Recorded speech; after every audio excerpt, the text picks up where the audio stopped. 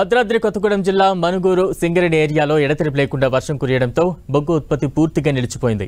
ఉపరితల గనుల్లో 70 మిల్లీమీటర్ల వర్షపాతం నమోదవడంతో ఓబీ పనులకు తీవ్ర ఆటంకం ఏర్పడింది. ఒక్క రోజులో 36,000 టన్నుల బొగ్గు ఉత్పత్తి కావాల్సి ఉంది.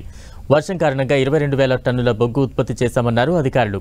2,90,000 టన్నుల ఓబీ మట్టి వెలికి తీయాల్సి ఉండగా 4,000 టన్నుల మట్టిని మాత్రమే తొలగించినట్లు అధికారులు తెలిపారు. పినపాక నియోజకవర్గం వ్యాప్తంగా కురుస్తోన్న వర్షాలకు బాగులు వంకలు పొంగి పొరలుతున్నాయి. చాలా చోట్ల రోడ్లపైకి నీరు చేరి రాకపోకలకు అంతరాయం ఏర్పడింది. గోదావరి ముంపు ప్రాంతాల ప్రజలు అప్రమత్తంగా ఉండాలని అధికారులు హెచ్చరించారు. ఇక్కడైతే వాటర్ ఉంది కదా.